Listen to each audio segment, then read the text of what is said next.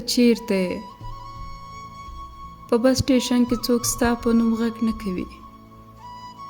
ستا په نوم فیسبوک پاڼه باندې وروستی پوسټ یو کال وړاندې سوی.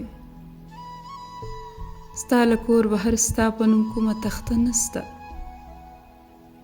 ستا راکړی نمبر کله اوچت نه سو. په کومې رسالې مجلې کې هم ستا نوې کیسه رانغله. په کومې مشاعره کې هم ونه لیدل سوې. کله مې هم ستا په نوم ایمیل ترلاسه نه کړ. یوه خندا هم ستا تر خندا راوړاندې نه سوه. کوم غم هم ستا د غم مقابله ونه کړه. چا هم ستا په آواز زما نوم وانخیست او نه ستا په لهجه را سره چا ستړي مسې وکړه. نو ته چیرته یې؟